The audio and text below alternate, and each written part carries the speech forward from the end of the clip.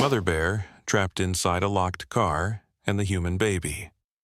Outside did the unthinkable. Everyone was stunned. Let us know where you're watching from. If you love my content, consider supporting it with a super thanks. Every bit of your support helps us create even more amazing stories for you. The morning sun cast long shadows across Pine Ridge Resort's parking lot, where the asphalt met the wild edges of Blackwater Forest. Vacationers bustled about, loading coolers and backpacks for a day of hiking, unaware of the drama about to unfold. Among them was the Morgan family.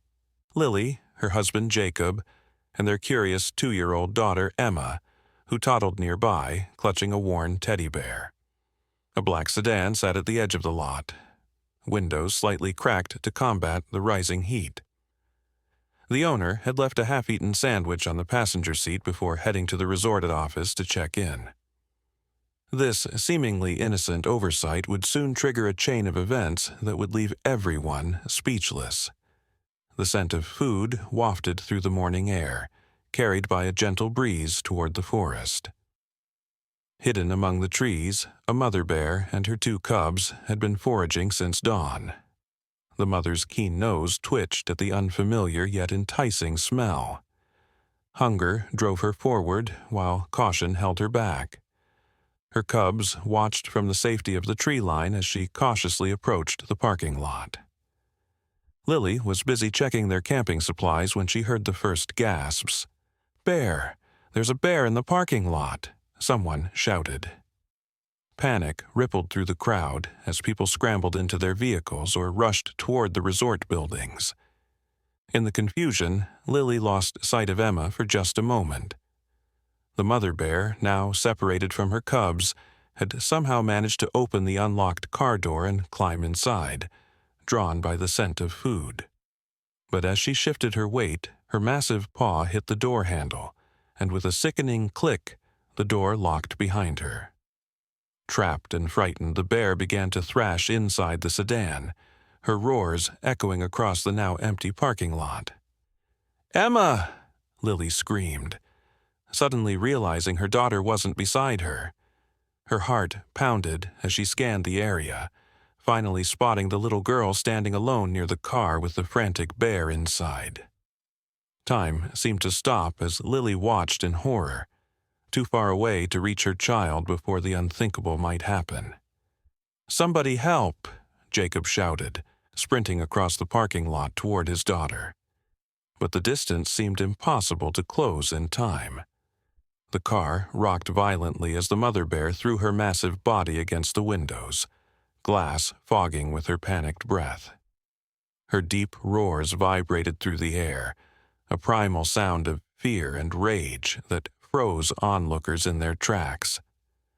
Emma stood barely 10 feet from the car, her teddy bear dangling from one small hand. Unlike the adults, she showed no fear, only curiosity and something that looked strangely like concern on her round face.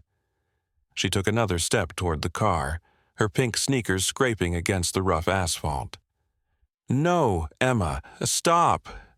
Lily screamed, her voice cracking with terror. But the toddler seemed drawn to the trapped animal, as if she understood something the adults couldn't comprehend. Resort staff emerged from the main building, armed with radios. "Animal control is on the way," a young man in a green uniform announced. "But they're at least 30 minutes out. Everyone needs to clear the area." The bear's claws screeched against the window glass, leaving long scratches in their wake. The car's alarm began to blare, adding to the chaos. The temperature inside the vehicle climbed steadily under the morning sun, and the mother bear's movements grew more desperate. Someone mentioned that bears could die from overheating in as little as 15 minutes in a hot car. Emma took another step forward, ignoring the shouts from her parents and the gasps from onlookers. Her face showed a determination unusual for a child so young.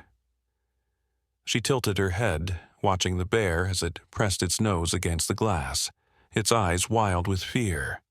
"That poor mama," Emma said quietly, her voice barely audible above the car alarm and the bear's growls. "She's scared." The car owner pushed through the crowd, keys in hand. "I can unlock it remotely, but what then?" he asked nervously. "That bear will charge out and there's a kid right there." Jacob was still running, still too far away. Lily stood frozen in horror. Resort staff argued about the best approach, and in that moment of adult indecision, little Emma made her move. The parking lot fell silent as Emma raised her small hand and pressed the plush teddy bear against the window where the mother bear's nose touched the glass from the other side. It was such a simple gesture, innocent and impossibly brave. The bear stopped thrashing, her dark eyes focusing on the child and the toy. "It's okay," Emma said softly, as if speaking to another child. "Don't be scared." The bear's hot breath fogged the window between them. For several heartbeats, the massive predator and tiny human regarded each other through the glass, a connection so unlikely that witnesses would later struggle to describe it. Then Emma did the unthinkable. She turned toward the car owner who stood frozen several yards away, his key fob clutched in his trembling hand. "Open door," she said, pointing with surprising authority. "Mama Bear wants out." "No," multiple voices shouted in unison, but Emma's clear voice carried a certainty that cut through the chaos. "She won't hurt me," Emma stated with absolute conviction. "She just wants her babies." The car owner looked helplessly at Jacob and Lily, who had finally reached the outer edge of the crowd. Every instinct screamed against opening the car. Yet the bear's distress was worsening by the minute. The animal's movements had become sluggish, a dangerous sign of heat exhaustion. "We can't wait for animal control," an older man in a ranger's uniform said, pushing forward. "That bear will die in there." He turned to the gathering. "Everyone, back to your vehicles or the lodge. Now." Then he looked at Jacob and Lily. "I need you to trust me. I've worked with bears for 30 years. I'll get your daughter the moment we open the door." With shaking hands, the car owner pointed the key fob. A soft chirp indicated the doors had unlocked. The bear became still, as if sensing the change. Emma stood her ground, clutching her teddy bear. The ranger took 3 slow steps toward Emma, careful not to make sudden movements. "Come here, sweetheart," he whispered. But Emma shook her head. "Wait," she said, her voice steady despite the tears streaming down her mother's face in the background. Then, as if orchestrated by some unwritten understanding between species, the bear gently pushed the car door open with her nose. Sunlight gleamed on her thick black fur as she emerged, her movements deliberate and slow. She stood on all fours beside the car, her massive head lowered, eyes fixed on Emma. A collective gasp rippled through the onlookers. The ranger froze mid-step, his experienced eyes wide with disbelief.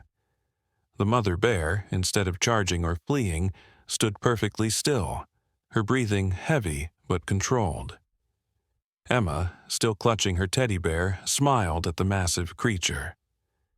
"Go find your babies," she said softly, pointing toward the forest edge where 2 small shapes could be seen moving among the trees. "They miss you." The bear huffed, her breath visible in the cool morning air.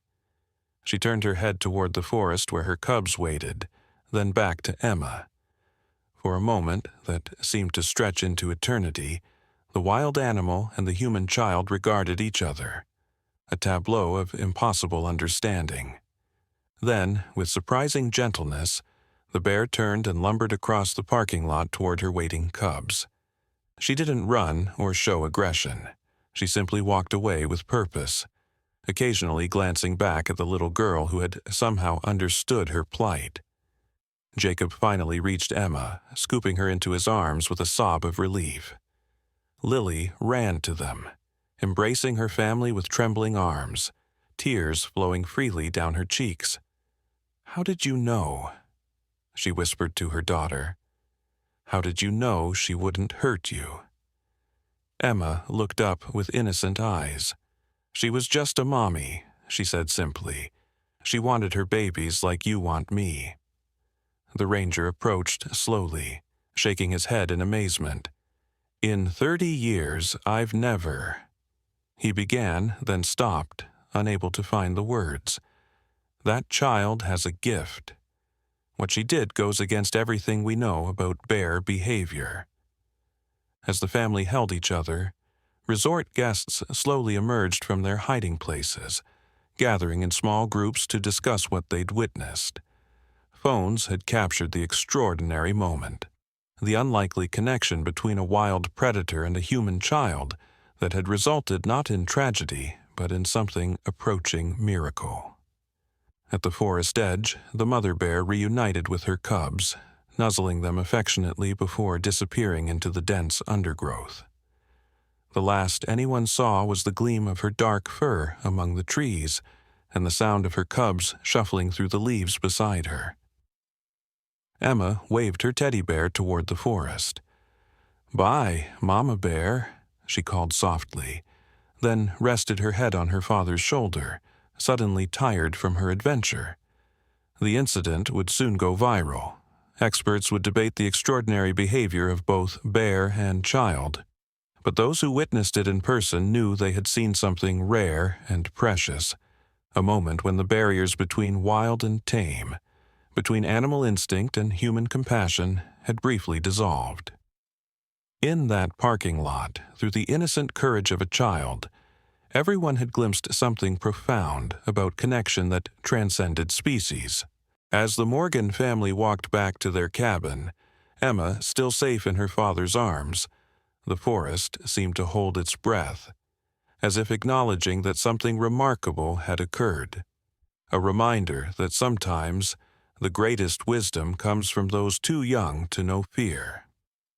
The afternoon sunlight streamed through the windows of the resort's main lodge, where the Morgan family sat surrounded by curious onlookers and news reporters.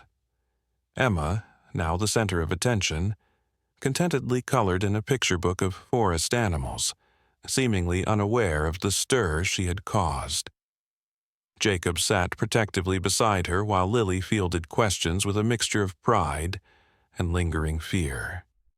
"She's always had a way with animals," Lily explained, her voice still shaking slightly. "Our cat follows her everywhere, and the neighbor's dog that barks at everyone just rolls over for Emma. But this—" She shook her head, still processing the morning's events. Resort manager Savannah Reed approached with a tray of hot chocolate. "The videos have already hit every major news outlet," she said quietly, handing Emma a mug decorated with forest creatures. "We've got wildlife experts and psychologists calling non-stop." Jacob ran a hand through his disheveled hair. "She's just a little girl. We didn't come here for all this." He gestured toward the windows where several news vans had parked, their satellite dishes extending skyward. "Daddy, look," Emma interrupted, pointing to her coloring book.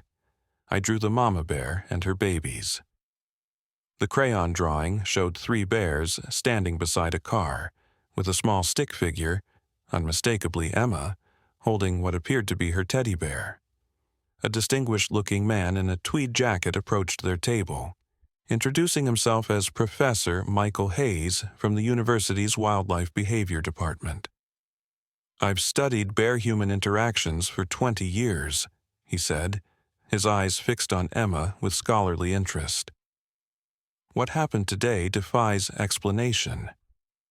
May I speak with you privately?" Before the parents could answer, the resort doors burst open, and a disheveled man rushed in, his hiking clothes dirty and torn. "There's another bear," he gasped, leaning against the reception desk. "A big male, and he's acting strange, circling the parking lot, sniffing all the cars. He won't leave." The room erupted in panic. Parents grabbed their children, and resort staff hurried to secure doors and windows. Through the commotion, Ranger Connor Adams, who had witnessed Emma's encounter with the mother bear earlier, approached the Morgans with urgency in his eyes.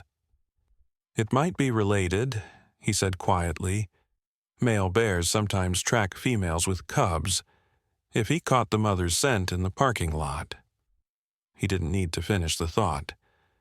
Everyone knew male bears could be dangerous, especially around cubs they hadn't fathered. As if sensing the conversation was about her new friend, Emma tugged at her father's sleeve. "The daddy bear is looking for them," she said matter-of-factly. "He's angry." The adults exchanged worried glances. How could she possibly know that? And yet, after what they'd witnessed that morning, no one was quick to dismiss her words. "Everyone needs to stay inside," Ranger Adams announced to the room. "I've called for backup, but we need to keep calm until—" A loud crash from outside cut him off. Through the lodge's picture windows, they could see a massive black bear standing on its hind legs beside an overturned garbage bin. Unlike the mother bear's cautious movements, this bear displayed aggressive behavior, swatting at the bin and roaring. "He's bigger than the mama," Emma observed quietly, pressing her face against the window despite her mother's attempts to pull her away. Outside, resort staff scrambled to their vehicles. The male bear dropped to all fours and began pacing the edge of the parking lot, occasionally rising to sniff the air. His path was taking him closer to the cabin area, directly where the mother bear and her cubs had disappeared into the forest. "We need to evacuate," Manager Reed said, her professional calm cracking slightly. "We can use the service road behind the lodge." As the evacuation plan formed, Emma suddenly broke away from her parents and ran to Ranger Adams. "The daddy bear will hurt them," she said urgently, tugging at his uniform. "The mama and babies are scared." The ranger knelt to her level. "How do you know that, Emma?" The little girl pointed to her chest. "I feel it. Here." Her expression was so sincere, so certain, that the adults around her fell silent. "We have to help them." Professor Hayes stepped forward, his academic skepticism warring with what he'd seen that morning. "This is unprecedented," he murmured. "Some kind of empathic connection, perhaps." Another crash from outside drew everyone's attention. The male bear had overturned another trash can and was moving purposefully toward the forest edge, the same path the mother and cubs had taken. "If he finds those cubs—" Ranger Adams didn't finish his sentence.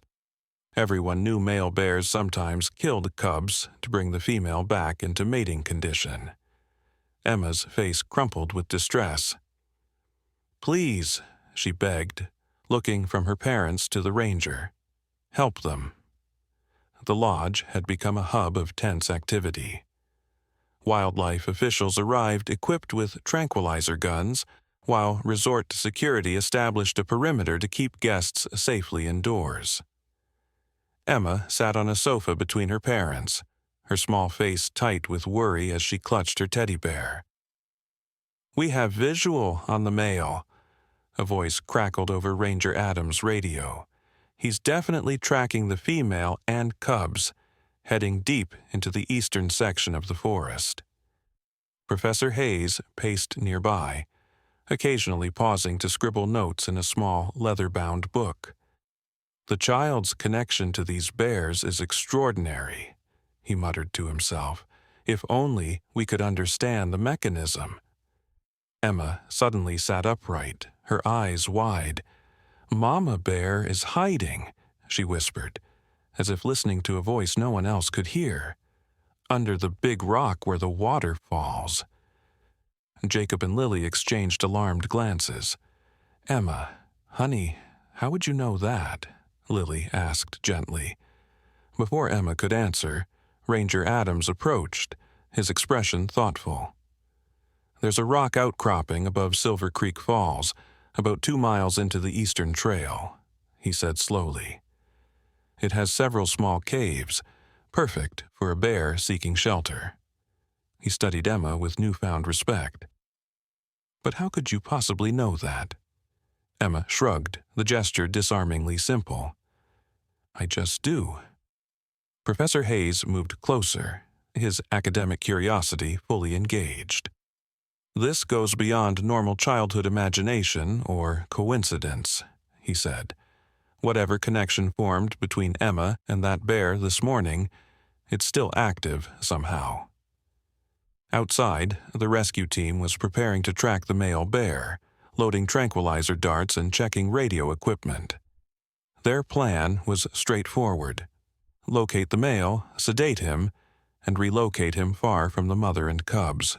It's too risky, Ranger Adams argued. That male is agitated and moving fast through difficult terrain. By the time we track him, he could already have found the female and cubs. Emma slipped from between her parents and approached the resort's large wall map of the surrounding forest. Without hesitation, she pointed to a spot near a blue line representing Silver Creek. They're here, she said confidently. The mama is scared. The daddy bear is getting closer. The room fell silent as adults stared at the small child. It was Savannah Reed who finally spoke. What if we trust her? She asked quietly. After what happened this morning, can we really dismiss this? Ranger Adams studied the map where Emma's finger rested. That's a direct route if we take the service road and cut through Cedar Pass, he said thoughtfully. We could be there in 20 minutes instead of following the male's trail, which could take hours. You can't be serious, Jacob protested, pulling Emma back toward him. She's just a child with an active imagination. You can't base a wildlife rescue operation on whatever this is. Dad, Emma said, looking up at him with eyes that suddenly seemed older than her years. The mama needs help, like when she was in the car. A wildlife officer who had been quietly observing stepped forward. With all due respect, we've tried tracking this bear for 3 hours with no visual. We're running out of daylight and options. He glanced at Emma. At this point, what do we have to lose? As the debate continued, a resort employee burst into the lodge, breathless with excitement. You need to see this, he gasped, holding up his phone. The screen showed a social media post going viral. Emma's morning encounter with the mother bear. The caption read, Miracle Child Speaks to Bears. Over 2 million views in just hours. Lily covered her mouth in shock. Oh God, they've identified her. Her face is all over the internet. Professor Hayes examined the phone. This changes things, he said gravely. Your daughter is now at the center of what could become a media sensation or scientific breakthrough.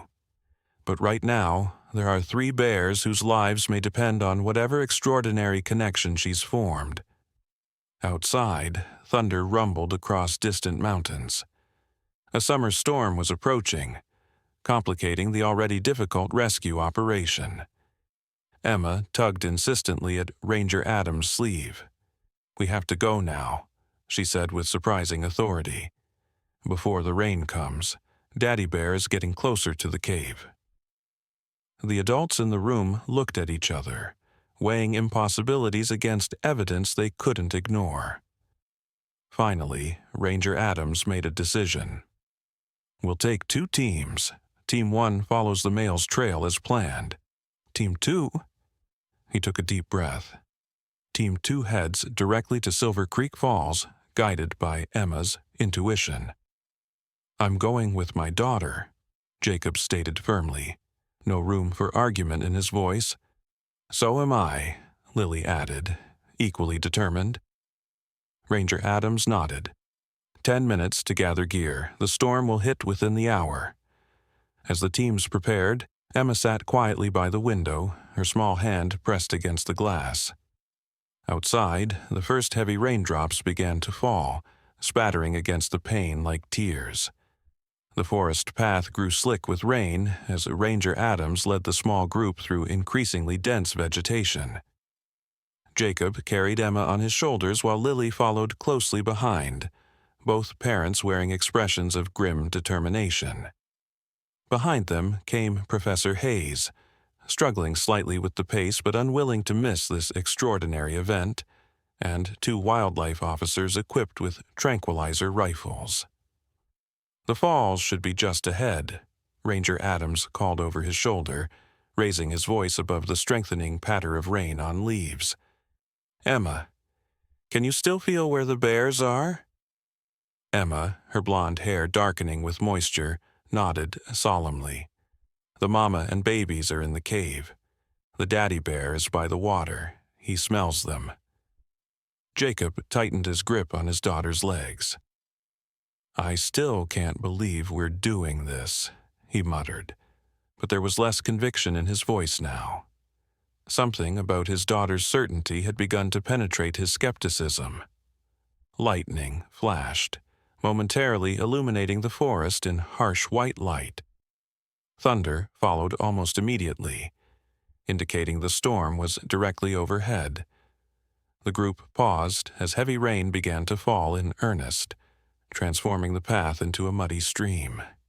"We should seek shelter," one of the wildlife officers suggested, wiping water from his face. "This is becoming dangerous." "No," Emma cried with surprising force. "We're close. The daddy bear has found them." As if to confirm her words, a deep, guttural roar echoed through the trees ahead, followed by a higher-pitched sound of distress. "That's the male," Ranger Adams confirmed, unslinging his rifle. "And the female is responding. We need to move now."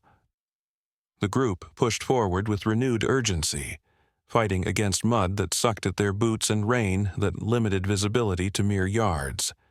The roaring grew louder, punctuated by crashing sounds of vegetation being trampled. They emerged at the edge of a small clearing dominated by a rocky outcropping.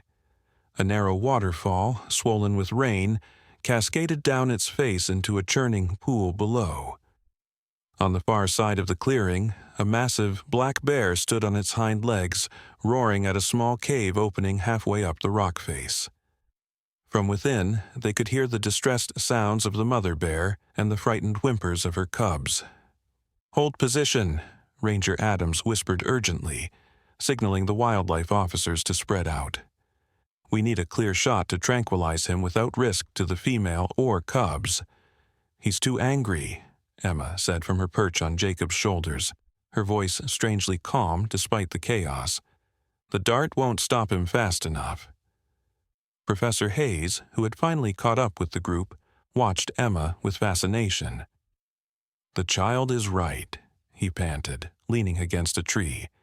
"An adult male that size, in that state of agitation, the sedative could take up to 5 minutes to take full effect.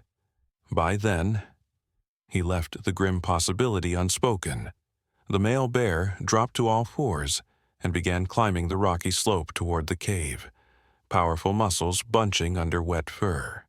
Inside, the mother's defensive growls grew more desperate.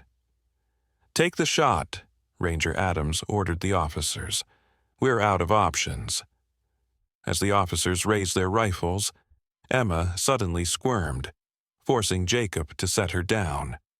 Before anyone could react, she darted forward into the clearing, raising her teddy bear above her head. "Emma!" Lily screamed, lunging after her daughter only to be held back by Ranger Adams. "Wait," he said, his eyes fixed on the unfolding scene with disbelief. "Look at the male." The massive bear had frozen mid-climb, his attention suddenly fixed on the tiny human figure standing in the rain-soaked clearing. Emma stood perfectly still, the brown teddy bear held high, rain plastering her hair to her face. "Go away," she called, her child's voice somehow carrying over the storm. "They're not yours." To the astonishment of every adult present, the male bear lowered himself back to the ground. his aggressive posture softening into what almost looked like confusion. He huffed loudly, pacing at the bottom of the rock face, occasionally glancing at Emma as if reassessing the situation. "Impossible," Professor Hayes whispered, fumbling for his notebook despite the rain. "This defies every known principle of bear behavior." Emma took a small step forward, still holding her teddy bear aloft. "You're scaring them," she said, addressing the bear as if speaking to a misbehaving child. "You need to find your own family." The male bear huffed again, shaking his massive head as if to clear it.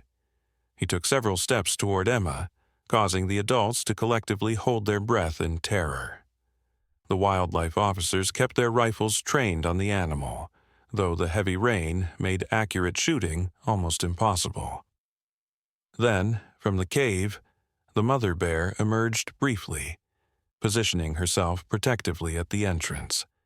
She made eye contact with Emma across the clearing, and some unspoken communication seemed to pass between them. In that moment, lightning struck a tree at the edge of the clearing with a deafening crack. The flash and explosion startled the male bear, who reared up with a roar of alarm. When he dropped back to all fours, his aggression had returned. He swung his massive head between Emma and the mother bear as if deciding which to charge. "Emma, don't move," Ranger Adams called softly, slowly raising his tranquilizer rifle despite the poor conditions. But Emma, seemingly oblivious to the danger, took another step toward the male bear. "They showed me where you belong," she said, pointing to the forest beyond the clearing. "There's another bear waiting for you. She's alone." The male bear's posture changed again, his head tilting as if listening. He huffed, pawed at the muddy ground, then looked in the direction Emma was pointing. "She's by the big lake," Emma continued, her voice somehow cutting through the drumming rain. "She needs you more than these babies do." For several breathless seconds, the tableau held. Emma standing small but unyielding, the massive male bear considering her words, the mother bear watching from her protective position, and the humans frozen in disbelief at the edge of the clearing. Then, with a final huff that sent steam rising into the cool rain, the male bear turned and lumbered away into the forest in the direction Emma had indicated. He paused once at the tree line, looking back as if in confusion at his own actions, before disappearing into the storm-darkened woods. No one moved for several long moments. Then Jacob rushed forward, scooping Emma into his arms with a sob of relief. Lily followed, wrapping them both in a fierce embrace as rain continued to pour down around them. From her cave, the mother bear watched, her cubs safely behind her, as if understanding that the strange little human had once again come to her rescue. The main lodge buzzed with excitement despite the late hour. The storm had passed, leaving behind clear skies and a million stars visible through the skylights.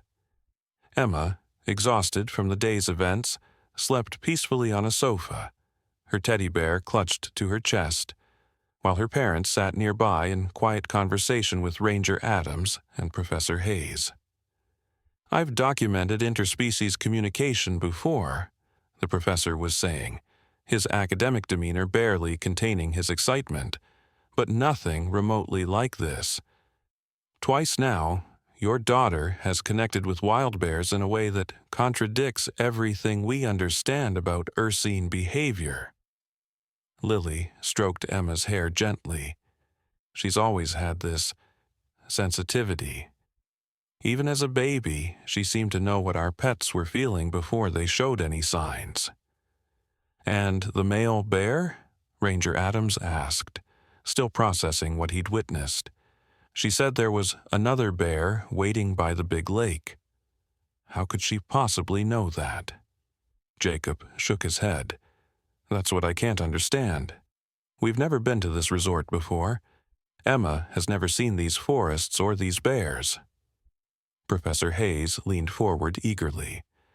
My colleagues at the university have been tracking a lone female bear near Clearwater Lake for months. She's approximately the same age as the male we encountered today, and her territory would be just beyond the eastern ridge. He tapped his notebook thoughtfully. Somehow, your daughter knew. The resort manager approached their table, tablet in hand. I hate to interrupt, but you should see this. She turned the screen toward them, showing a news website with the headline, "Miracle Child Communicates with Bears, Saves Family from Certain Death." Below were blurry photos of Emma standing in the rain-soaked clearing, facing down the male bear. Someone in their rescue party had taken pictures and shared them with the media. "It's gone international," Savannah said grimly. "We've had calls from news outlets in 12 countries so far, and—" She hesitated. "There are already research institutes and private collectors offering substantial sums for exclusive access to Emma." Lily's face paled. "Access? She's a child, not a laboratory specimen." Professor Hayes cleared his throat awkwardly. "I should mention that my department would also be very interested in conducting some non-invasive studies. Perhaps observing Emma with other animals in controlled environments." "Absolutely not," Jacob interrupted firmly. "Our daughter just did something extraordinary, twice, and nearly gave us heart attacks in the process. What she needs now is normalcy and protection, not cameras and experiments." Ranger Adams nodded in agreement. "The family deserves privacy, and frankly, we still don't fully understand what happened today. Premature exposure could be harmful to both Emma and future research." As the adults debated, Emma stirred slightly in her sleep, murmuring something unintelligible. Her small hand tightened around her teddy bear, and a peaceful smile crossed her face. Outside, at the very edge of the resort property where forest met civilization, a shadow moved in the moonlight. The mother bear stood watching the lodge windows, her cubs safely hidden in the underbrush behind her. Something had drawn her back. Some inexplicable connection to the small human who had twice understood her in ways no human ever had before. For a moment, she stood silhouetted against the star-filled sky, a wild creature pausing at the boundary between her world and the human one. Then, with a soft huff that sent her breath curling into the cool night air, she turned and led her cubs back into the protective darkness of the forest. Inside, Emma opened her eyes briefly, looking toward the window as if sensing the bear's presence. "Good night, Mama Bear," she whispered, before drifting back to sleep, carrying with her a secret understanding that would continue to bridge two worlds in ways science might never fully explain. 3 days after the bear incidents, the Morgan family prepared to leave Pine Ridge Resort. Their vacation, originally planned for 2 weeks, had been cut short by the increasing media presence. Despite the resort's best efforts to maintain their privacy, photographers with telephoto lenses had been spotted in the surrounding woods, and reporters continued to arrive daily, all hoping for a glimpse of the bear whisperer child. Emma sat on the floor of their cabin, carefully packing her small backpack with treasures she'd collected: a pine cone, a smooth river stone, and several colorful leaves. Her teddy bear watched from a nearby chair, slightly muddy from its adventure in the rain. "Are you sure you packed everything, sweetie?" Lily asked, zipping up the family's last suitcase. The strain of the past few days showed in the dark circles under her eyes.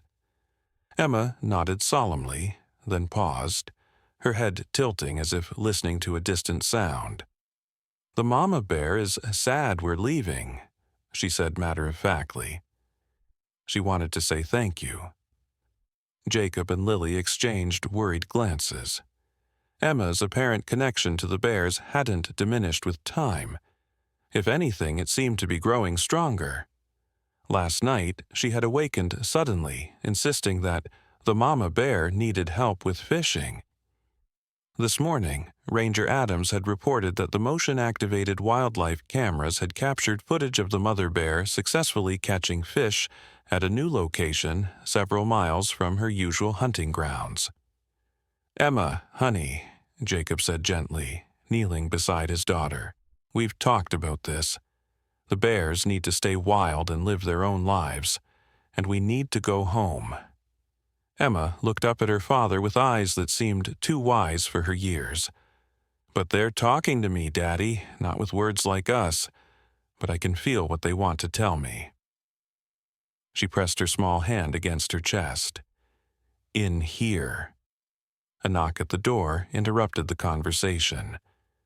Jacob opened it to find Professor Hayes standing on the porch, his academic composure slightly diminished by excitement. "I apologize for the intrusion," he said, stepping inside at Jacob's reluctant invitation. "But something extraordinary has happened that you need to know about before you leave." Lily moved protectively closer to Emma. "We've had enough extraordinary for one vacation, Professor." Hayes nodded apologetically. "I understand, but this concerns more than just your family now." He placed his tablet on the coffee table, bringing up a map of the surrounding forest. "The wildlife cameras we installed after the incident have been tracking the bears. The mother and cubs have settled near Silver Creek, exactly where Emma led us." He swiped to another screen showing thermal imaging footage. "But the male bear, he traveled directly to Clearwater Lake, just as Emma suggested." "That could be coincidence," Jacob argued, though his voice lacked conviction. "Perhaps one such incident could be dismissed as coincidence," Hayes agreed, "but there's more." He brought up another image showing a different bear, a female, slightly smaller than the mother Emma had rescued. "This is the solitary female we've been monitoring at the lake. As of yesterday morning, she and the male have formed a pair bond." Emma looked up from her packing with a smile. "He found his family, like I told him." Hayes stared at the child with undisguised fascination. "Yes, exactly as you told him. But Emma, how could you possibly have known about this female bear?" Before Emma could answer, another knock came at the door, more insistent this time. Ranger Adams entered without waiting for an invitation, his expression grim. "We have a situation," he announced. "3 bears have been found dead near the eastern boundary of the park. Poachers." The adults gasped in horror while Emma's face crumpled in distress. "Which bears?" she asked urgently. "Not the mama and babies?" Adams shook his head quickly. "No, these were different bears. But this is the 3rd poaching incident in 2 months. We think it's an organized operation targeting bears for their gallbladders and paws." He didn't elaborate further, aware of Emma's presence, but the adults understood the grim implication. Bear parts sold on the black market for traditional medicines could fetch thousands of dollars. "That's horrible," Lily said, instinctively drawing Emma closer. "It is," Adams agreed. "And frankly, with all the publicity about Emma's connection to the bears, we're worried the poachers might target her bears next. The mother and cubs would be especially vulnerable." Emma suddenly stood up, her small face fierce with determination. "We can't leave," she declared. "The mama bear needs help. She's telling me they're in danger." Professor Hayes leaned forward eagerly. "What exactly is she telling you, Emma?" "Not now, Professor," Jacob interrupted firmly. He turned to Ranger Adams. "What are the authorities doing about these poachers?" "We've increased patrols, but the forest is vast, and our resources are limited," Adams admitted. "We're setting up additional cameras at likely entry points, but these people know how to avoid detection." Emma tugged at her father's sleeve. "I can find them," she said with absolute certainty. "I can feel where all the bears are now. If the bad people come near them, I'll know." The adults fell silent. the implication of Emma's words hanging heavily in the cabin's air. Finally, Professor Hayes cleared his throat. "I know this sounds unorthodox," he began carefully. "But what if Emma's connection could help protect the bears? Not as a public spectacle, but as part of a controlled conservation effort." Jacob's expression hardened. "You want to use my daughter as some kind of psychic park ranger? She's 4 years old." "Of course not," Hayes backpedaled quickly. "I'm simply suggesting that if Emma can sense the bear's locations and emotional states, which she has now demonstrated multiple times, perhaps this ability could be ethically channeled to help prevent more killings." Emma, who had been quietly listening to the adults argue, suddenly gasped and clutched her teddy bear tightly. "Mama Bear is scared," she whispered, her face pale. "Something's wrong, right now." Ranger Adams' radio crackled to life as if on cue. "Adams, come in. We've got suspicious vehicle activity at the North Access Road. Possible poachers entering the restricted area. Over." Adams grabbed his radio. "Copy that. Send coordinates to my phone and dispatch all available units. Over." He looked grimly at the Morgans. "That's less than 2 miles from where the mother and cubs have been denning." Emma's eyes filled with tears. "They have guns," she said tremulously. "Mama Bear can smell the metal and the bad smells. She's hiding the babies, but she's scared." Hayes stared at Emma in astonishment. How could she possibly know about guns? "We didn't mention—" "It doesn't matter how she knows," Lily interrupted, her maternal instinct overriding her skepticism. "If there's even a chance Emma is sensing real danger to those bears, we have to do something." Jacob looked torn between protecting his daughter from further involvement and acknowledging the extraordinary connection she seemed to have formed. "What exactly are you proposing?" Ranger Adams checked his sidearm and equipment. "I need to join the response team immediately. Professor, you should stay here with the family." "No," Emma said with surprising authority, standing up and clutching her teddy bear. "We need to go too. Mama Bear won't run away like she should. She's protecting something important." "Something important? The cubs?" Hayes asked. Emma shook her head. "Something else. Something she found. The bad people want it." The adults exchanged baffled looks. Jacob ran a hand through his hair in frustration, then made a decision.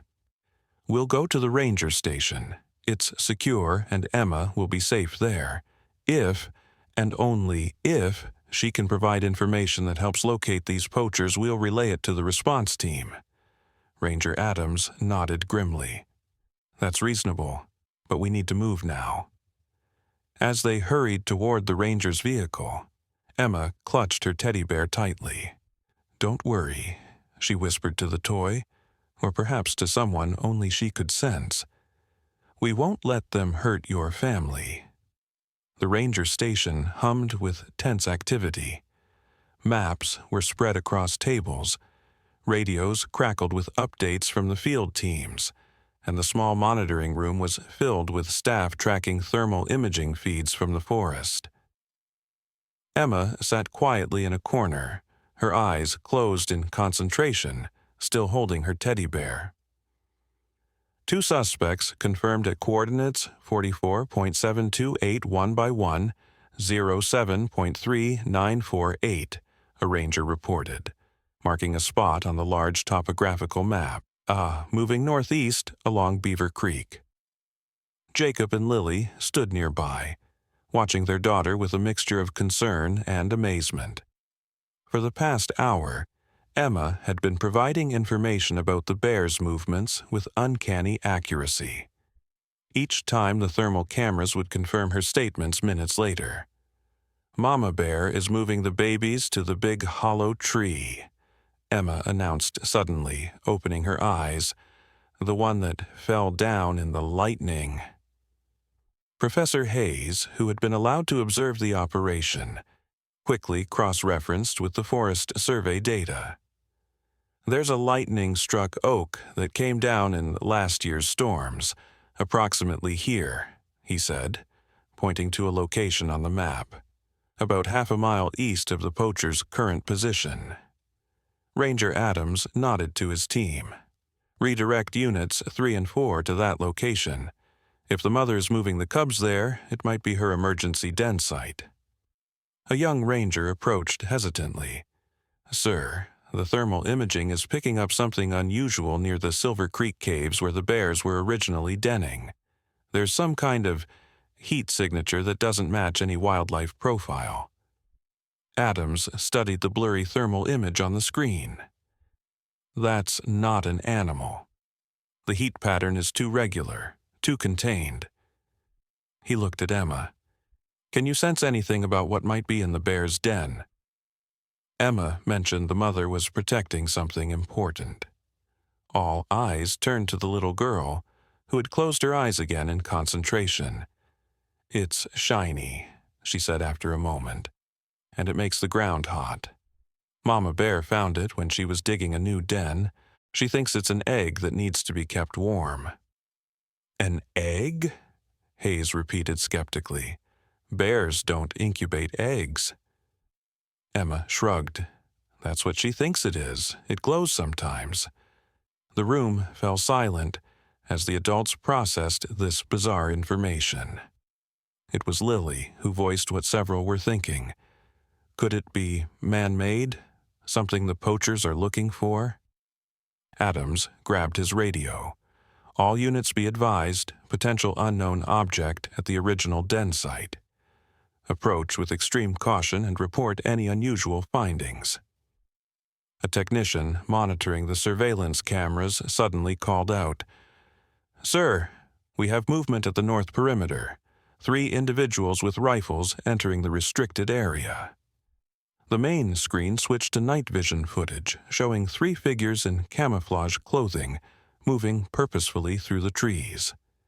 Each carried what appeared to be a high-powered rifle with a scope. "Those aren't ordinary hunting rifles," Adams observed grimly. "And that's military-grade night vision they're using. These aren't opportunistic poachers, they're professionals." Emma suddenly gasped, her small body tensing.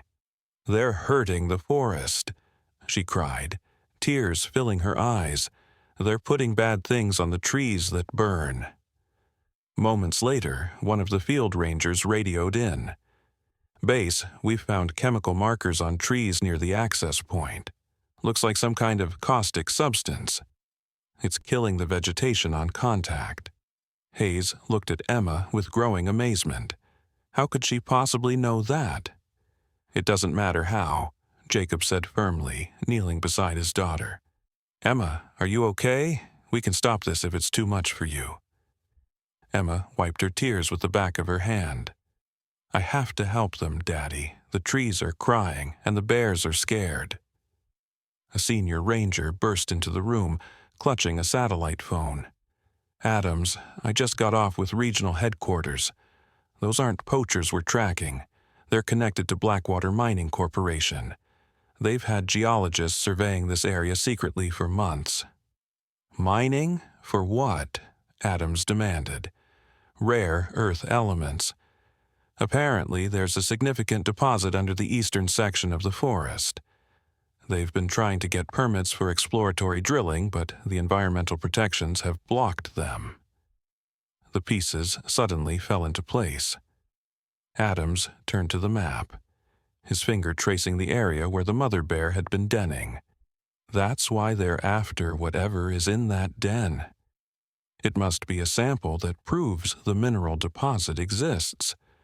And they're killing bears to create a false poaching narrative," Lily realized, her voice thick with disgust, "to distract from their illegal mineral exploration." Emma tugged urgently at Ranger Adams's sleeve. "The mama bear is going back to get the shiny egg. She won't leave it. You have to help her." Adams checked his weapon and grabbed his jacket. "I'm heading out with the response team. Professor, stay here with the family and coordinate communication." "I'm coming too," Hayes insisted. If there's an unknown substance out there, you might need scientific expertise. Jacob made a swift decision. We'll stay here with Emma. Just be careful and save those bears. As the response team prepared to depart, Emma suddenly called out, "Wait!" She ran to Ranger Adams and pressed her teddy bear into his hands. "Take him with you. He'll help you find the way." Adams knelt to Emma's level, accepting the worn toy with appropriate seriousness. "I'll keep him safe, I promise." As the ranger team departed, Emma returned to her corner, closing her eyes once more. "I can still see through the teddy bear's eyes," she whispered to her mother. "He'll show them the way." Lily and Jacob exchanged worried glances, both wondering just how far their daughter's extraordinary abilities might extend, and what price she might pay for this connection to a world beyond human understanding. Rain fell in sheets across the forest as the ranger team made their careful approach to Silver Creek. Ranger Adams led the small group, Emma's teddy bear secured in his jacket pocket. Behind him, Professor Hayes struggled to keep pace, his academic background having poorly prepared him for midnight operations in stormy wilderness. Thermal imaging shows the mother bear returning to the original den site, the command center reported through their earpieces. The cubs remain at the hollow tree location. 2 of the intruders are converging on the den from the north. The third is circling to the east. "Copy that," Adams responded quietly. He turned to the 4 rangers accompanying him. Johnson and Patel track the eastern subject. Martinez and Chen with me. We'll intercept the pair heading for the den. As the team separated, Hayes caught Adams' arm. "Remember, we need to document whatever they're searching for. It could be critical evidence." Adams nodded grimly. "First priority is neutralizing armed intruders and protecting the bear. Evidence comes second." Back at the ranger station, Emma sat with her eyes closed, her parents hovering anxiously nearby. The operations team had set up a small monitoring station specifically for her, where she could share what she was sensing without the pressure of the main command center.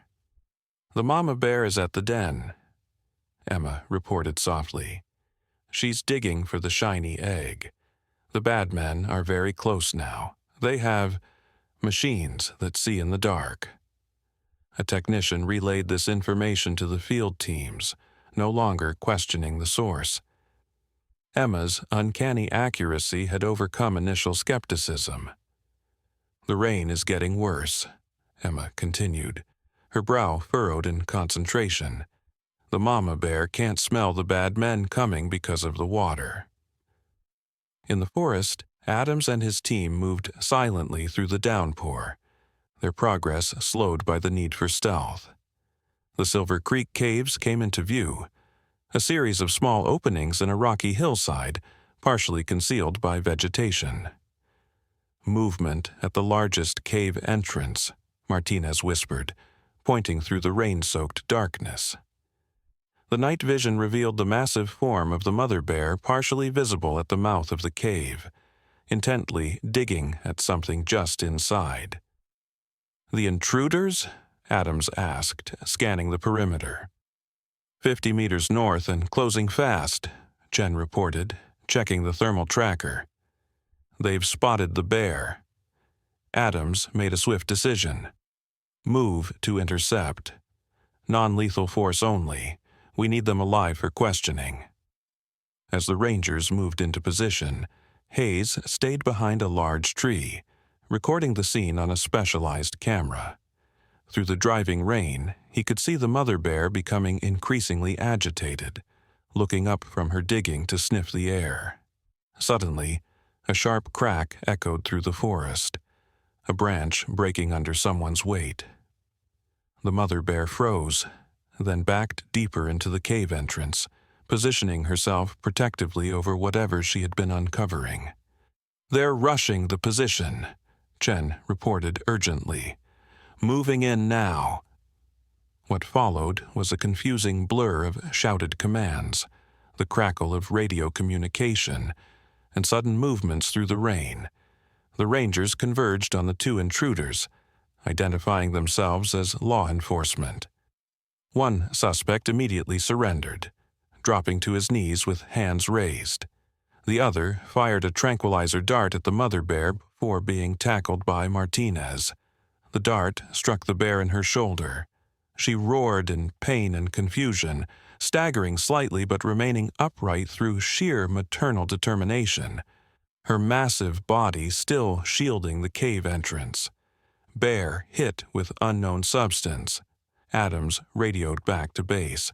Possibly sedative. Need wildlife medical support ASAP. At the ranger station, Emma cried out as if in pain herself. The mama bear feels dizzy. She can't protect the shiny egg anymore. Tears streamed down her face as she clutched at her own shoulder. Lily wrapped her arms around her daughter. "It's okay, baby. You're safe. The Rangers will help the bear." "But she's falling asleep," Emma sobbed. "And the third bad man is coming from behind the rocks." In the forest, Hayes suddenly spotted movement from an unexpected direction. A third figure emerging from a hidden approach to the cave system. This intruder was dressed differently from the others, in what appeared to be protective gear, and carried a specialized container rather than a weapon. "Adams!" Hayes shouted over the storm. Third suspect approaching from the southeast access. Adams spun around, but the rain had intensified to a blinding downpour, obscuring vision even through the night optics. The mother bear swayed on her feet, fighting the sedative's effects with diminishing strength. At the ranger station, Emma suddenly stood up, her eyes wide. "The teddy bear needs to help," she exclaimed. "He can see in the dark." The operations staff exchanged baffled glances, but Emma's parents had stopped questioning their daughter's declarations. Jacob knelt beside her. "What should Ranger Adams do with your teddy bear, Emma?" "Take him out of his pocket," Emma instructed, as if it were the most obvious solution in the world. "Teddy can see the bad man hiding." The radio operator, after a moment's hesitation, relayed this unusual message to Adams. In the field, the ranger touched the child's toy in his pocket, feeling somewhat foolish but desperate for any advantage in the deteriorating conditions. As Adams withdrew the teddy bear, a particularly bright flash of lightning illuminated the entire clearing, and revealed the third intruder crouching behind a boulder, now less than 20 feet from the cave entrance. In that frozen moment of illumination, Adams also saw something else. A strange, pulsing glow emanating from within the cave where the mother bear was making her last stand against the "Subject spotted!" Adams shouted, charging toward the boulder. The third intruder, realizing he'd been seen, made a desperate dash for the cave entrance. Adams tackled him, just as he reached the sedated bear, sending both men rolling across the muddy ground. The protective container the man had been carrying broke open, revealing specialized collection equipment and what appeared to be lead-lined storage compartments. Hayes rushed forward, scientific curiosity overcoming caution. "Don't touch anything," he shouted over the storm. "We don't know what we're dealing with." The mother bear, fighting through the sedative with her last reserves of strength, suddenly turned and collapsed directly over the mysterious object she had been guarding, her massive body covering it completely. "The bear is down," Martinez reported into his radio, "but still breathing." At the ranger station, Emma had gone completely still, her eyes unfocused. "The shiny egg is speaking," she whispered. "It's very old. It's been sleeping for a long, long time." Jacob and Lily exchanged alarmed glances. "Emma, honey, what do you mean?" Lily asked gently. "It's not from here," Emma continued in the same dreamy voice. "It fell from the stars long ago. It's been waiting for someone to find it." In the forest, Hayes had approached the sedated bear cautiously, scientific equipment in hand. "We need to see what she's protecting," he called to Adams, who was securing the third suspect with zip ties. "It might be dangerous." "Wait for the wildlife team," Adams countered. "I'm not risking that bear's life." As if in response to his words, the mother bear's eyes fluttered open momentarily. She looked directly at Adams, who still held Emma's teddy bear in one hand, then shifted her massive body slightly to the side, revealing what she'd been guarding with such determination.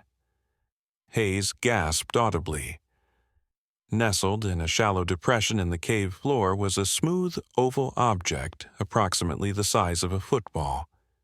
It glowed with a soft, pulsing blue-green light that seemed to intensify and dim in a rhythmic pattern. The surface appeared metallic, but was unlike any material Hayes had ever seen, with swirling patterns that seemed to shift and move as if alive. "My God," the professor whispered, his scientific mind struggling to categorize what he was seeing. It's not terrestrial. This can't be naturally occurring." The captured intruder laughed bitterly, despite his restraints. "That's worth billions to the right people, Professor. Rare earth elements like you've never seen. Our geologist detected the radiation signature months ago." Adams kept his weapon trained on the man. "So, Blackwater Mining sent you to find proof of the deposit. That's why you've been killing bears and staging poaching scenes, to create a distraction." "The company just wanted a sample," the man replied defensively. "No one was supposed to get hurt, but then that damn bear found it first and wouldn't leave it alone, almost like she was protecting it." At the ranger station, Emma suddenly smiled through her tears. "The egg chose the mama bear," she said with absolute certainty. "It was lonely for so long, and then it felt her warmth and woke up. It's happy now." The wildlife medical team had finally arrived at the cave site, immediately beginning treatment on the sedated mother bear. The tranquilizer was a standard sedative, but a heavy dose, the lead veterinarian reported. She should recover fully with proper care. Hayes had set up a portable analysis kit at a safe distance from the mysterious object. "The radiation is minimal, not dangerous at these levels, but the composition, I've never seen anything like it. This isn't just rare earth elements. The atomic structure appears to be constantly rearranging itself." Adams secured the scene while evidence technicians documented everything. The strange object was carefully photographed but left untouched, pending further analysis and proper containment protocols. "What about the cubs?" Adams asked the wildlife team. "They're still at the hollow tree site. We'll monitor them remotely until the mother recovers," the veterinarian replied. "They should be fine for a few days as long as they stay hidden." As the storm finally began to subside, Adams looked down at the teddy bear in his hand, still somewhat bewildered by how events had unfolded. On impulse, he held the toy up toward the cave, giving it a clear view of both the sedated bear and the mysterious glowing object she had been protecting. At the ranger station, Emma suddenly clapped her hands together in delight. "Teddy can see it clearly now. The egg is talking to the mama bear even while she's sleeping. It's telling her dreams about where it came from." Jacob and Lily watched their daughter with a mixture of wonder and concern. Whatever extraordinary connection Emma had formed with the bears had now apparently extended to this inexplicable object. They exchanged a look of silent understanding. Their lives and their daughter's future had been irrevocably changed by the events of this strange vacation. Outside, as dawn broke over Pine Ridge Resort, the forest seemed to hold its breath, waiting for the next chapter in an unfolding mystery that connected a child, a bear, and something that had traveled across the stars to bring them together. The next morning broke clear and bright, the storm having washed the forest clean. The ranger station conference room had been transformed into a temporary command center, now crowded with an assortment of officials from various government agencies. Men and women in suits consulted in hushed tones, occasionally glancing at the Morgan family seated in the corner. Emma sat coloring quietly, seemingly unaffected by the chaos her abilities had helped create. Her parents looked exhausted, but remained protectively close to their daughter. Ranger Adams entered with Professor Hayes, both men showing signs of a sleepless night. "The mother bear is recovering well," Adams reported, returning Emma's teddy bear to her with a formal solemnity that made the little girl smile. She should be able to return to her cubs tomorrow. "And the object?" Jacob asked quietly, mindful of the officials nearby. Hayes ran a hand through his disheveled hair. "That's what all this is about," he said, gesturing to the assembled authorities. "Preliminary analysis confirms it's not terrestrial in origin. The government has sent specialists to secure and study it." "What does that mean exactly?" Lily asked, instinctively drawing Emma closer. "It means," a new voice interrupted, "that what your daughter helped discover is of significant national interest." A tall woman in a dark suit approached their group, extending her hand. "Dr. Avery Johnson, Department of Energy, Special Sciences Division. I'd like to thank you for your family's assistance in this matter." Jacob shook her hand warily. "We just wanted to help the bears." Dr. Johnson smiled diplomatically. "And you did, but you also helped identify something far more significant. The object appears to be a type of probe or data collection device composed of elements unknown to our current scientific understanding." Emma looked up from her coloring. "It's an egg," she corrected matter-of-factly. "It was sleeping until the mama bear kept it warm." Dr. Johnson's professional demeanor slipped momentarily, revealing genuine curiosity as she knelt to Emma's level. "An egg? What makes you think that, Emma?" "It told me," Emma replied simply, "not with words like we use, but I can feel what it wants to say." She pointed to her teddy bear. Teddy heard it too when Ranger Adams showed him the shiny egg. The adults exchanged glances. Dr. Johnson recovered her composure quickly. "Emma, would you be willing to tell us more about what the egg is saying to you?" Before Emma could answer, Jacob intervened. "My daughter has been through enough. Whatever this object is, it's your problem now. We just want to go home and get back to normal." "I understand your concern, Doctor," Johnson said, rising to her feet. "But your daughter has demonstrated an extraordinary ability to connect with this artifact. Her insights could be invaluable to understanding its purpose." "She's 4 years old," Lily stated firmly. "Not a research subject." "Of course," Dr. Johnson conceded.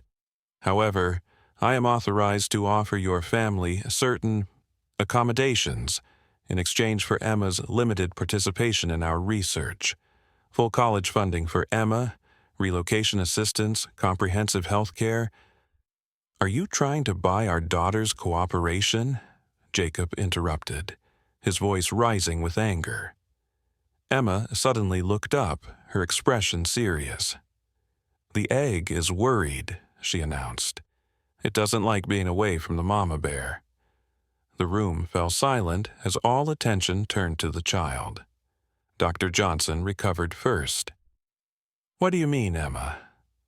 How do you know it's worried?" "I can feel it," Emma explained patiently, as if speaking to someone who didn't understand something obvious. "It bonded with the mama bear. They need each other now."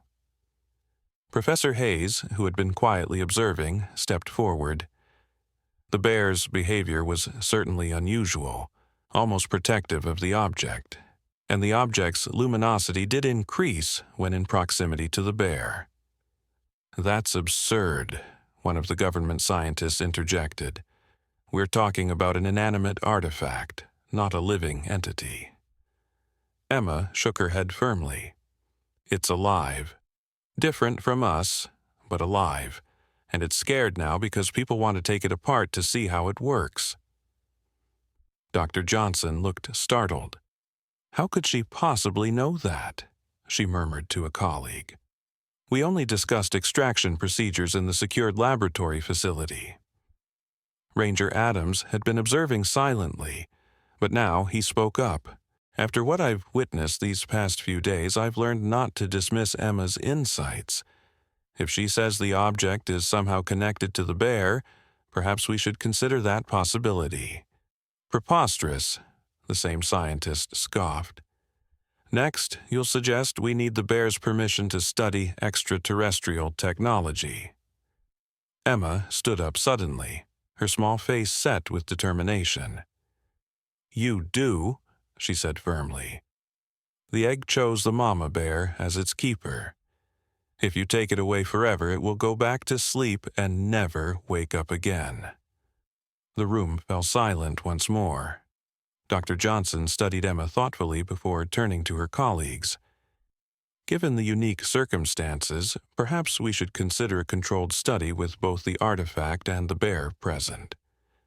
"That's impossible," another official objected. "The containment protocols alone." "May be unnecessary," Hayes interrupted excitedly.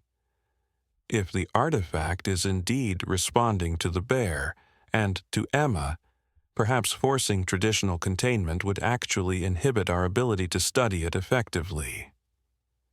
A heated debate broke out among the officials, with scientific curiosity warring against security protocols and bureaucratic caution. Through it all, Emma returned calmly to her coloring, occasionally whispering to her teddy bear as if sharing secrets. After what seemed like hours, Dr. Johnson approached the Morgan family again. "We've reached a compromise," she announced. "The artifact will be studied in a secure facility established here within the park boundaries. The mother bear and her cubs will be relocated to a monitored but relatively natural habitat adjacent to the facility." "And Emma?" Lily asked protectively. "We would like to invite your family to stay as consultants during the initial research phase," Dr. Johnson replied carefully. "Emma's participation would be entirely voluntary, limited to brief, supervised sessions, and only with your explicit approval each time."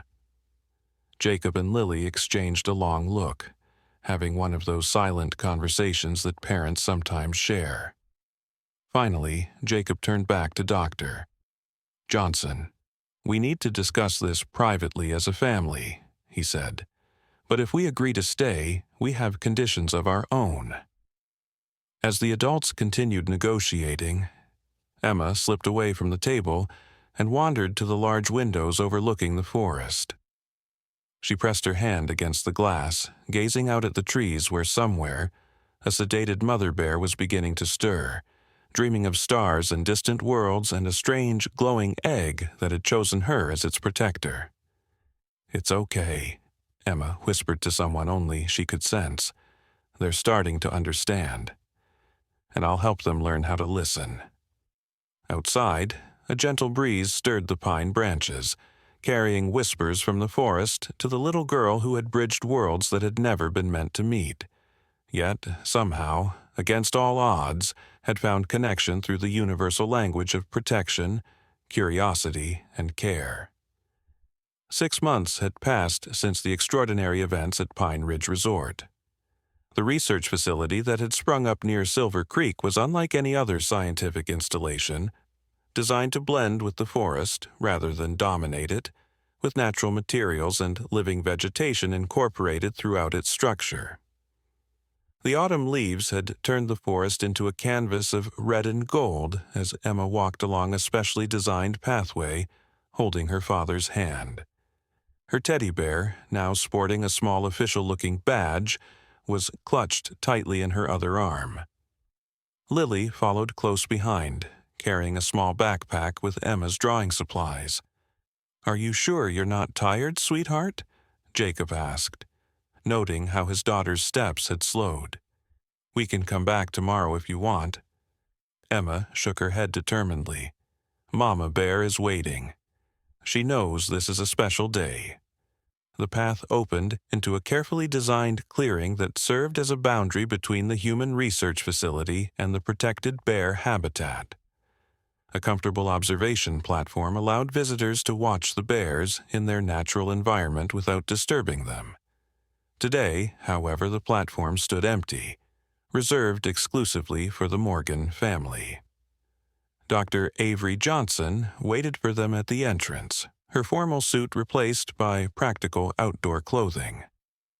The months of working alongside Emma had softened her professional demeanor considerably. "They're all at the meeting spot," she said by way of greeting, smiling at Emma. "The mother has been unusually active this morning, as if she knows something special is happening."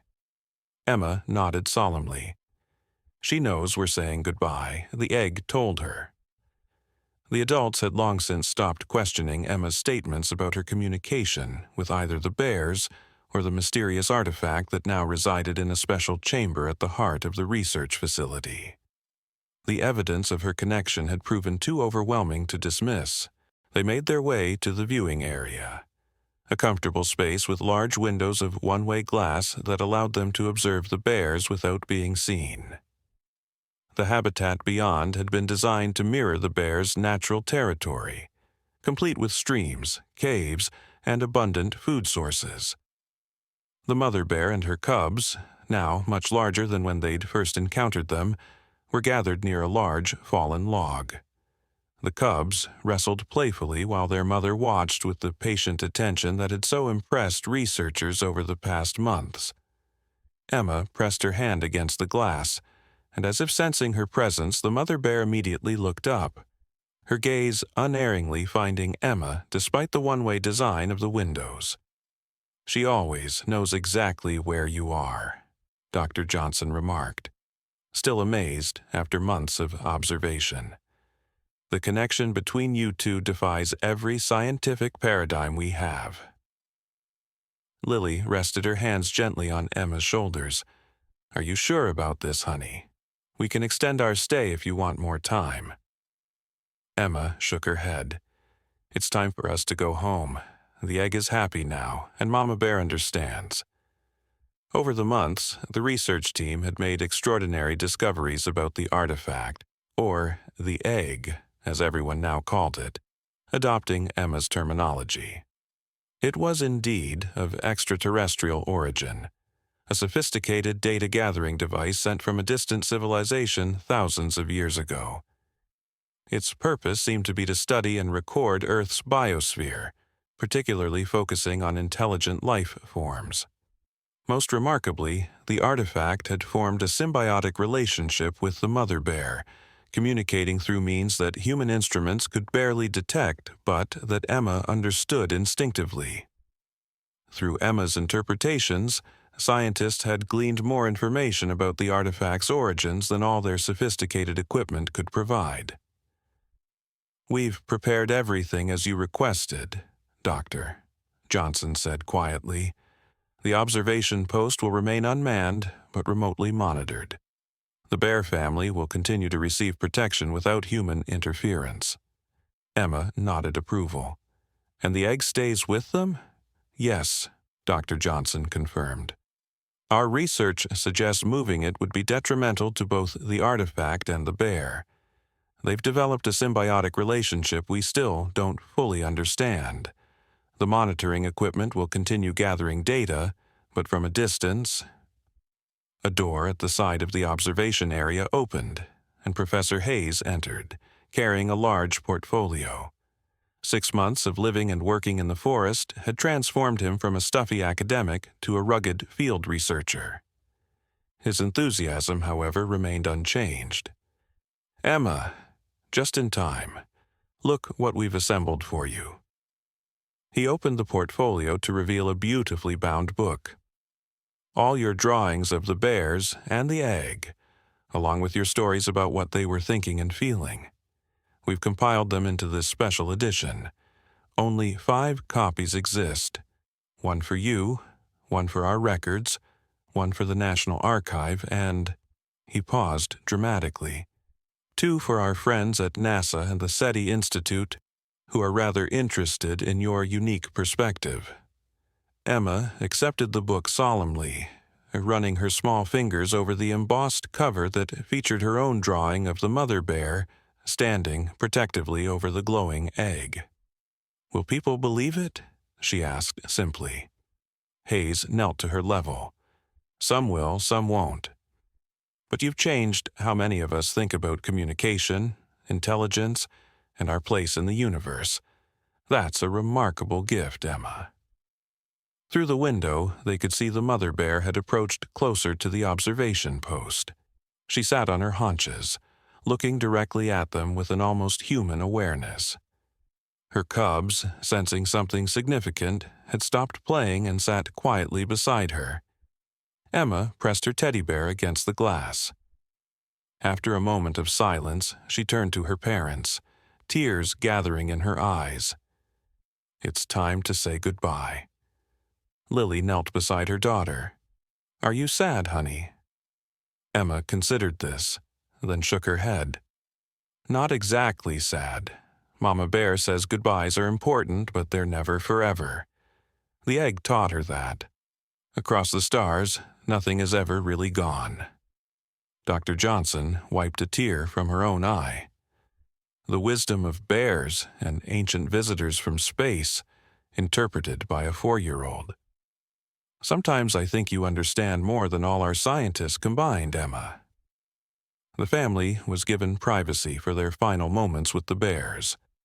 As Jacob and Lily stood a respectful distance away, Emma pressed both hands against the glass, the teddy bear tucked under her arm.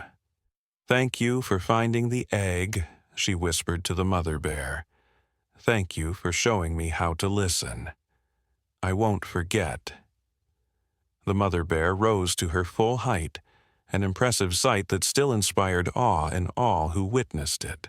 She placed one massive paw gently against the glass, directly opposite Emma's small hand, separated by mere inches, yet connected by something that transcended physical barriers. For a long moment, girl and bear regarded each other in silence. Then, as if receiving some unspoken signal, the mother bear turned and ambled back to her cubs. With a gentle nudge, she guided them toward the deeper forest, occasionally glancing back until they disappeared among the trees. Emma stepped back from the glass, wiping tears from her cheeks. She turned to her parents with a tremulous smile. "She says this isn't an ending, it's just a different kind of beginning." 3 days later, the Morgan family stood in the resort parking lot where their extraordinary adventure had begun. Their car was packed for the long drive home, back to a world that would seem both familiar and strangely different after all they had experienced. As Jacob secured the last suitcase, Emma suddenly turned toward the forest edge, her head tilted as if listening to a distant call. "Emma?" Lily asked, concerned by her daughter's sudden stillness. "One last message," Emma explained, her face lighting up with joy. "From very far away." She closed her eyes, concentrating. When she opened them again, they shimmered with tears, but she was smiling. "The egg wants us to know that we're not alone. There are others out there, watching and learning, just like us. Someday, when we're ready, they'll come meet us properly." Jacob lifted his daughter into his arms, holding her close. "And when that day comes, they'll be lucky to have ambassadors like you and your mama, Bear, to help us all understand each other." As they drove away from Pine Ridge Resort, Emma waved toward the forest until it disappeared from view. In her lap, the teddy bear that had shared their adventure sat facing the rear window, as if keeping watch over the extraordinary friendship they were leaving behind.